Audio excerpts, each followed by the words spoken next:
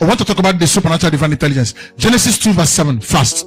Genesis chapter 2 verse 7. Yes. Yahweh God scooped up a lump of soil, sculpted a man, yes, and blew into his nostrils the breath of life. Yes. The man came alive. The man came alive. A living soul. That means the man came alive in his soul. The man came alive in his soul. What does it mean to come alive? A living soul, or a living creature, or a living being? What does it mean? It means that man becomes the center of activity and government in all creation. That's what it means to be a living soul, or a living being, or a living personality. Praise Master Jesus. That Adam that God breathed into, he became a living soul. Something happened. Let's look at the scripture. Let's go to Genesis 2 19 to 20. Genesis 2 19 to 20. That very man that became a living soul, something extraordinary began to happen in his life. This is Adam before the fall.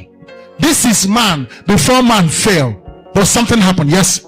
Genesis chapter 2 verses 19 and 20. Go ahead. For Yahweh God had formed from the soil every animal of the field. Pay attention. Yahweh God formed animal from every particles of the ground, of the soil. Then what happened?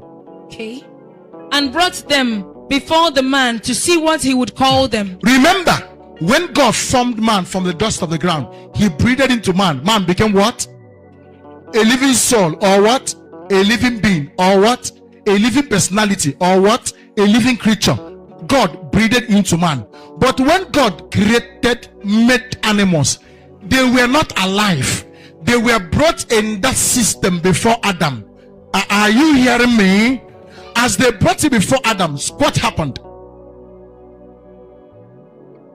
So whatever the man calls the living creature, whatever the man called the animals, the living creature, that was its name. That was its name.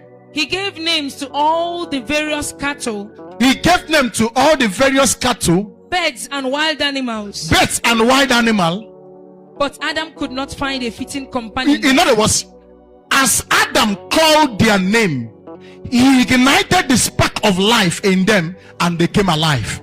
In other words, God breathed into Adam. Adam became a living soul, but Adam ignited life, empowered life in those creatures, and they became alive. In other words, a living soul is that being that has a capacity to call forth things to become alive on the surface of the earth.